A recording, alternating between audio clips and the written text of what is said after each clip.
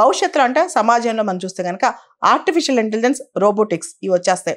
దాంతో మనుషులకి పని ఉండదు. పని అనేది ఒక ఆప్షనల్ అయిపోద్ది అనమాట.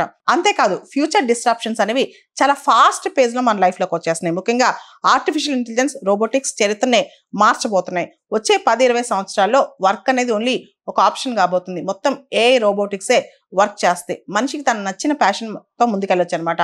క్రియేటివిటీ కావచ్చు, సోషల్ ఐడెంటిటీ కావచ్చు, తనకు కావాల్సిన హాబీస్ తను చేసుకోవచ్చు. మనకు కావాల్సిన వర్క్ ఏఐ చేసి పడుతుంది. ఒక్కసారి ఏఐ, రోబోటిక్స్, ఆటోమేషన్ వచ్చిన తర్వాత యాక్చువల్లీ ఇన్ఫ్లేషన్ కూడా తగ్గిపోద్ది. ఏఐ విపరీతంగా అంటే ఆటోమేషన్, ఆర్టిఫిషియల్ ఇంటెలిజెన్స్ వీటి వల్ల విపరీతమైన గూడ్స్ ప్రొడ్యూస్ అవుతాయంట. అంటే ప్రొడక్షన్ కాస్ట్ తగ్గిపోద్ది, చాలా చీప్ అయిపోతాయి గూడ్స్ అండ్ సర్వీసెస్. దాంతో ఇన్ఫ్లేషన్ కాదు, డీఫ్లేషన్ వస్తుంది అనమాట. గూడ్స్ చీప్ అవుతాయి, సర్వీసెస్ చీప్ అవుతాయి. మనిషికి ఏది కావాలంటే ఆ ప్రోడక్ట్ అవైలబుల్గా ఉంటుందంట. అయితే భవిష్యత్తులో ఏఐ, ఆర్టిఫిషియల్ ఇంటెలిజెన్స్ వచ్చేసిన తర్వాత వరల్డ్లో పవర్, ఎలక్ట్రిసిటీ అనేది చాలా ఇంపార్టెంట్ అవుతుంది అనమాట. రోబోస్ నడిపించాలన్నా, ఫ్యాక్టరీస్ రన్ చేయాలన్నా ఎలక్ట్రిసిటీ అంటే పవర్ అనేది చాలా క్రూషియల్ అవుతుంది. పవర్ అనేది చాలా ఇంపార్టెంట్ అవుతుంది అనమాట.